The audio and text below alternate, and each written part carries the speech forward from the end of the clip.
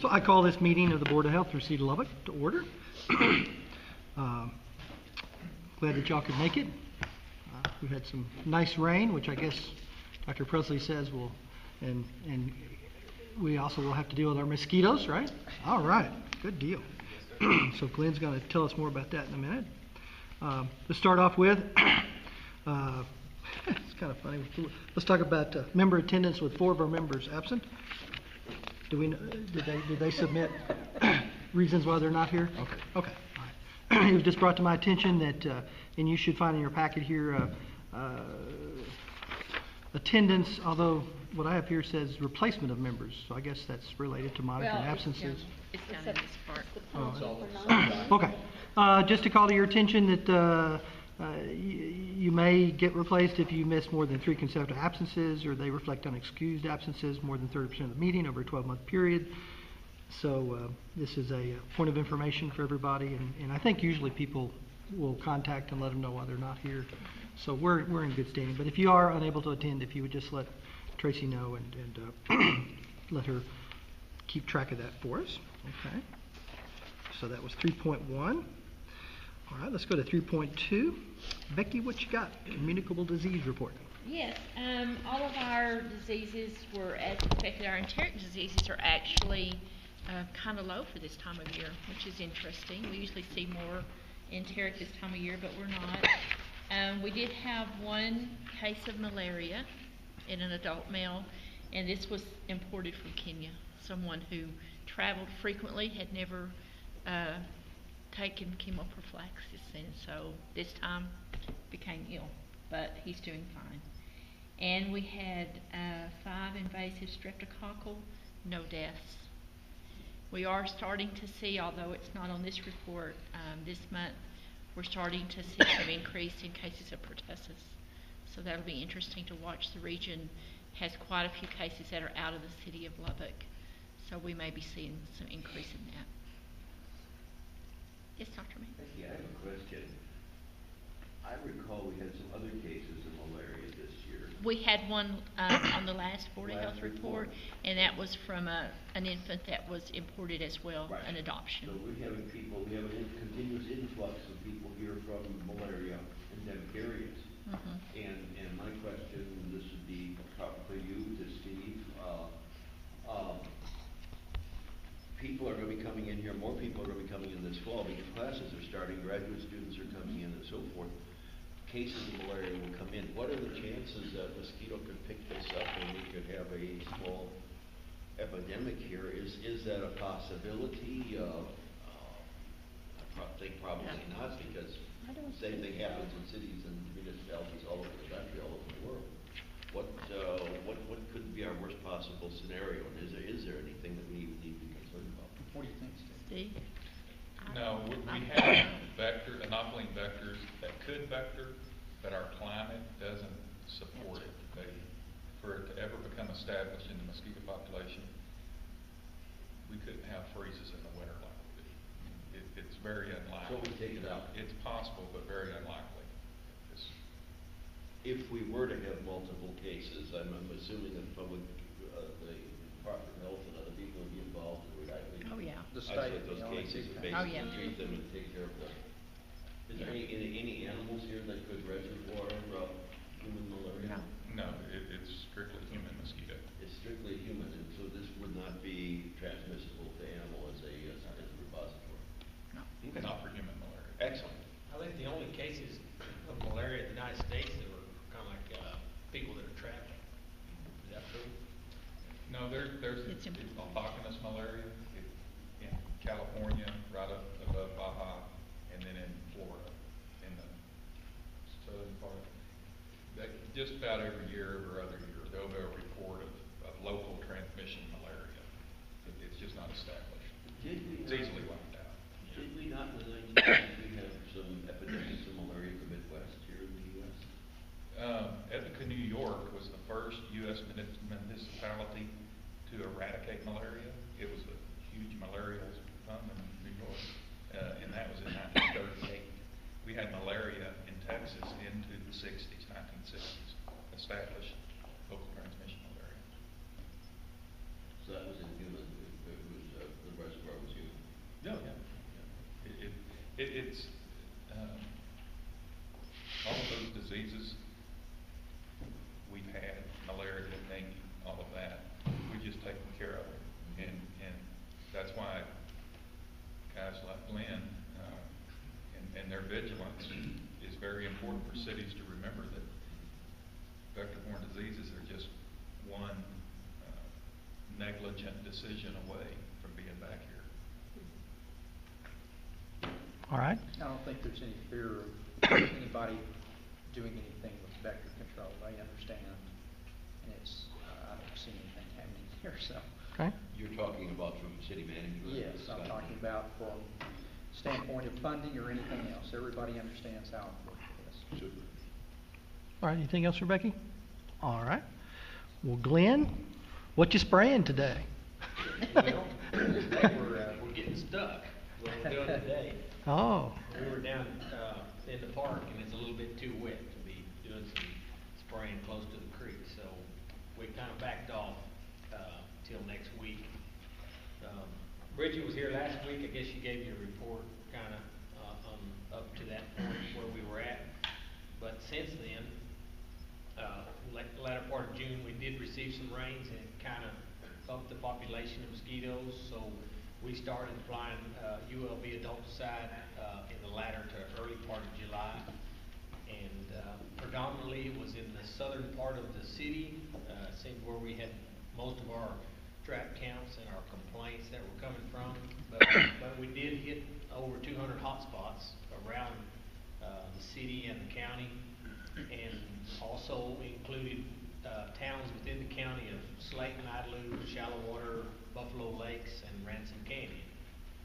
We did all those, so I guess the only one would have been Wolfforth and Abernathy that we didn't do. Some of the towns like Idlew and Ransom Canyon, they used to also contract a private applicator with an airplane to do their towns, but I guess the economy, the farming economy, has caused their contractor to move off up into Idaho to go and do some extra work up there, so they don't have his services this year. So it's probably they're gonna rely on us a little bit more to spray Ransom and Idlew. Even though the weather did dry up in July, early part of July, and we had pretty much a bite-free 4th of July, and we kind of slowed down our ULB spraying up to that point. But we've also are doubling our trap counts samples from this time last year. So even though we are dry, we're wetter than we were last year. We sprayed over 30,000 acres with ULB's treatments so far this year. And according to the CDC Arboviral Disease Branch, they've reported 23 West Nile cases in 10 states nationwide, and 2 of them were in Texas. But so far, none of our pool samples are positive for West Nile. And I've got some of these flyers from the state health services. It talks about the 4 Ds of prevention. If anybody would like some of these, you can hang them. They're doorknob knockers. You can put them around in strategic locations. Got to let people know what they can do. What are the 4 Ds? Stay in at dusk and dawn. Dress in long sleeves and pants. Defend yourself with DEET, and drain any standing water. Mr. Chairman, probably what I'm going to do, thinking about that and having seen that at this point, I'm going to recommend to Glenn and Bridget that they get with LPNL, and we'll do that as a mail-out flyer that comes in your bill. Doesn't have anything to do with the bill now, but it's an educational tool that we're able to use to be able to put in those things to go out to everyone that receives a bill for water, sewer, solid waste or anything. So we'll get that done also. That's an excellent. I can contact Channel 11 on health-wise. I do that on a fairly frequent basis. We can talk about That'd be great. mosquito stuff. Glenn, do you just order those off the website? Is that how you got those door knockers? These here? No, actually, he did a meeting at my office yesterday for some, well, I can't even remember what it's for, but he brought them to me. But we'll use that model and give the state credit, but we'll get those mailed out. But I could probably call James Alexander up in Oh, Canyon. Dr. Alexander. That's where they came from. Oh, okay, Yeah, he'd probably get us some more ink, however many you need. okay. Do you have any information on ticks? Ticks. We don't take care of ticks, Okay. no, but I know they're on the increase in the last few years. They're starting to rise very, very much, aren't they? Mm-hmm. What do you know, Steve? Tell us What what do you you know. know, Steve? He's over there grinning. Well, they're vegetation related in town, and that's a lot of the reason there's the ordinances for keeping grass mowed down and weeds and vacant lots. And what we'll see from these recent rains, we got 2+ inches over 4 days, which was perfect because it all soaked in pretty much. You can watch the grass grow in the yards and watch the weeds grow in the alleys. We'll see an immediate increase in mosquitoes, then we're going to see a big increase in rodents.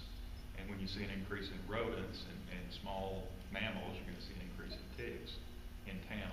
You know, outside of town, we have very few ticks, but they've been brought in with firewood and dogs and all of that stuff. So now we have particularly brown dog tick in town.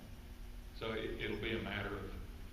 But it's the private homeowner's responsibility to do that spraying or put out powder and the things that you can do to control those. But most simply, just keep the vegetation cut. That's, arthropods being out in the sun. So desiccation is a great tool against most arthropods. They'll dry out and die. Are they carrying anything here that we need to be concerned about the ticks? There's been various, we had some Lyme disease or Lyme disease-like borreliosis here No, sir. a few years ago, didn't we? Uh-huh. I think it's So- been like 3 years, maybe 2 Yeah, I years. remember seeing the report, but it's not a lot we need to worry about because the tick population isn't that big. Okay. Any other questions for Glenn? Oh, you may have mentioned it. What are y'all using to larvicide with? We use Aquabot, and it's a BTI. It's that's what I'm saying. Yes. So And it's, then, yeah, and then we use another product which is really not an insecticide. It's a monomolecular film, just for the surface, water surface. Keeps them from being able to attach to the water particles of the surface to get air. But the BTI is Aquabot. well, I was just wondering about some of the concerns about contamination of waterways and all of that in the past. So you're using the right stuff, you're not going to contaminate it. Right. Right. Just getting that on the record, Glenn. And Well, if you had to ask the question, it'd been better, but thanks. BT is available to buy mosquito donuts or Dumps. yes. dunks are available at any planned place. Yes, and we've had to comply with the new water standards for NPDES. NPDES, yes. So, What's that?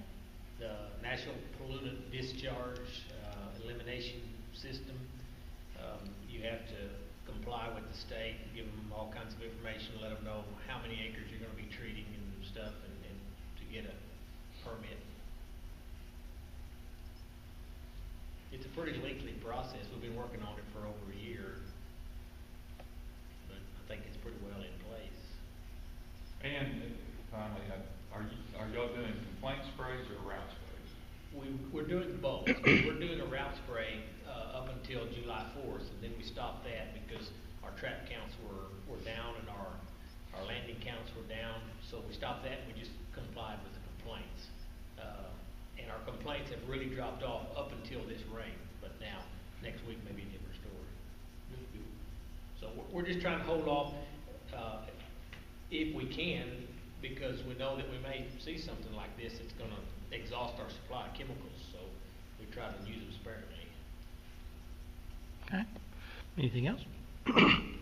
Seeing no other business, Let's move into action items. 4.1, if you've had a chance to look over the June 21st minutes of our last meeting, do I hear a motion for approval? Dr. Epstein, does that need a second? Does that need a second? Yes. Okay. Scott? Okay. All those in favor of accepting the minutes, say aye. Aye. All those opposed, say no. Okay. Those are approved. Okay, then we're going to go to item 4.2, discussion and presentation of the hydraulic fracturing resolution to be presented to City Council. This was related to our last meeting when Councilwoman Joy had suggested that we go ahead and present our resolution to the City Council, and so that I went ahead and got that scheduled with Scott, and so that will be next Tuesday. The conversation we had, I don't know if all of y'all were in the room, but certainly we welcome any of you that like to come. It may be kind of a different City Council meeting because of people there talking about the problem with blood-sucking things, and not necessarily mosquitoes, but once they're finished with that, then Dr. Epstein and I will be there, and she will make the presentation of our resolution. So, and you'd all previously had seen this. Recognizing that we do also have the separate subcommittee that is investigating this, it may be that more than likely we'll present our resolution, but that it will kind of just be there until they get the other subcommittee, and then some sort of merger will take place, and we'll have further action at that point. But Dr. Epstein, do you have any comments? So this is, from what you were just telling me, this is simply a presentation, or we expect City Council to accept the resolution of the board. Is that right? Well, I think they'll accept it, but there's no vote there's that no will be vote, taken no action. because there's no action to do. And, See, it's not an action. that's correct. All right. I just have 3 questions about the presentation. Can you tell me how long a presentation is expected? What is the custom?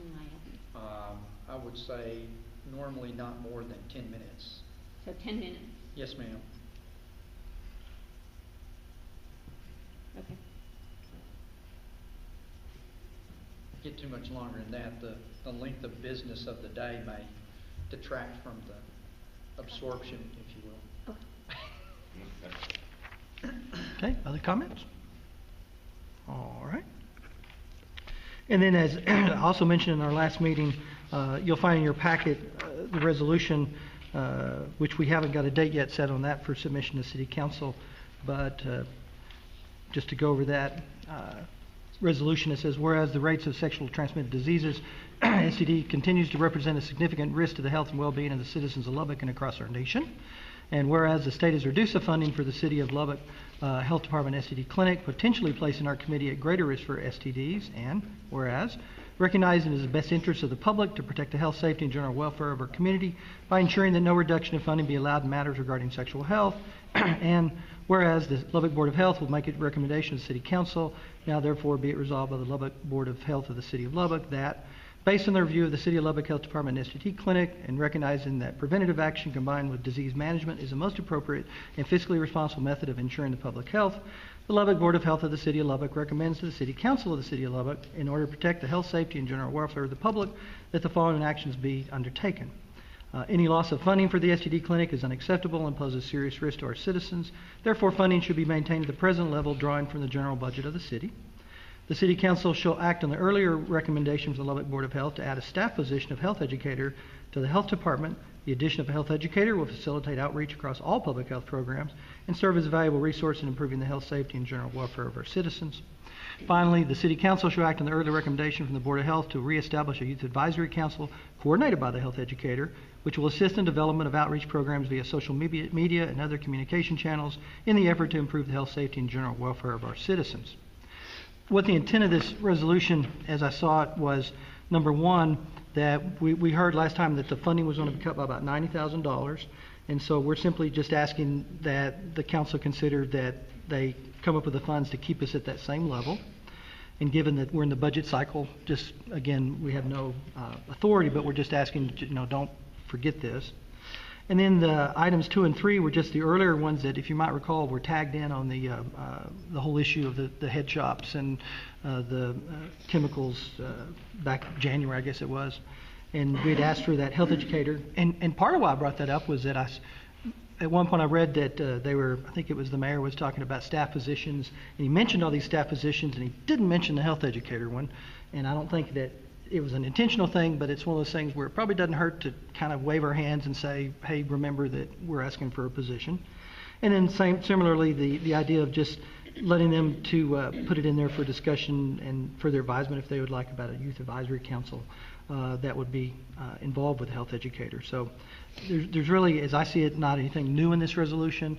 It's more or less just making sure that we keep a seat at the table for the things that we've talked about over this last year and asked for. So any other comments, concerns, considerations? Chairman, I'd just offer up that the budget that's been presented to the City Council in the last meeting does have the $90,000 to fully fund the STD clinic. Good. The health educator is on a list with other positions of options for the City Council to fund. So it is, they do have it. It is in front of them as a part of other things of need that have been identified, and this resolution would certainly support that. But your STD money, an additional $90,000 from the taxpayers, is already in that budget. Good. Other thoughts? Anything? No? Okay. I would ask, or when I wrote the resolution, anybody else want to ask motion for its acceptance? Dr. Epstein, a second? Okay. Okay. All those in favor of this resolution, say aye. Aye. All those against? Seeing none, it's voted unanimously. Very good. Thank you. It's a done deal anyway. Yeah, I mean, it's one of those things where it ain't over till it's over, and I just thought, let's not let them forget about it, and so we're doing The health good. educator is not a done deal. That's on a list of Okay. requested positions that they can choose to fund, and it's identified with some police department and other things that have been requested from different departments along with health boards. But my point is, this is not a new thing. This is, like you said, just Correct. reminding the council that the Board of Health wants them to remember. Yeah, exactly. We would have some options here. Once again, we can forward this resolution on to the council members that it's been passed and recommended by the Board of Health to get that in front of them as soon as possible, or you can, once again, request that you be put on the agenda to present this. I would ask that, y'all make the decision on how you want to do that, knowing that council meeting, we have to have so much time in advance to be able to get things on and those kind of things. So whatever your preference might be. My first thought would be just pass it on and let them have it under advisement rather than taking up their time. Very good. Is that the pleasure of the group? We don't necessarily have to have it on an agenda. We'll just put it into their box and then they know it's there. We'll make sure that it gets to them in the proper form. Okay, I agree. that would be a good thing. Dr. Carr, is there any other pressing business? I have an urgent meeting. No, and matter of fact, I think, is there any other pressing business?